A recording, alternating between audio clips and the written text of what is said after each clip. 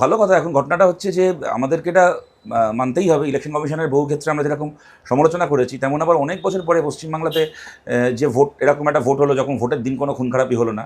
মাঝে আমাদের এক কমরেডকে খুন হতে হলো। ভোট প্রক্রিয়া চলাকালীন আমাদের একজন কমরেডকে খুন হতে হলো এবং প্রথম ফেজের ভোটের পরে আসানসোলে কংগ্রেসের এক কর্মীকে খুন করা হয়েছে।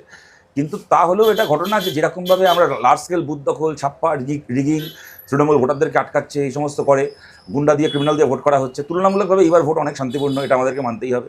সেই জায়গায় অবশ্যই তাদের একটা কৃতিত্ব প্রাপ্য।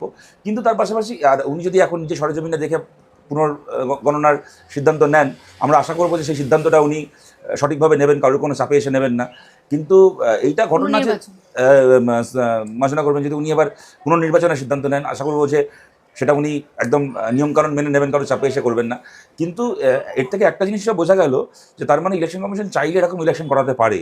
অর্থাৎ 2021-এ বা 2024-এ যে এত ইলেকশন কমিশনের এত বড় বড় কথার পরেও যে পশ্চিমবাংলাতে তৃণমূল কংগ্রেস গাজওয়ারি করে ভোট করাতে পেরেছিল, বিরোধী দলের এজেন্টদেরকে তুলে দিয়ে, ভোটারদেরকে ভোট দিতে না দিয়ে, মানে ভোটার স্লিপ দিয়ে লক্ষ লক্ষ জাল ভোটারদেরকে দিয়ে ভোট দিয়ে, এই ইলেকশন কমিশনের অধীনে তখন ইলেকশন হয়েছে।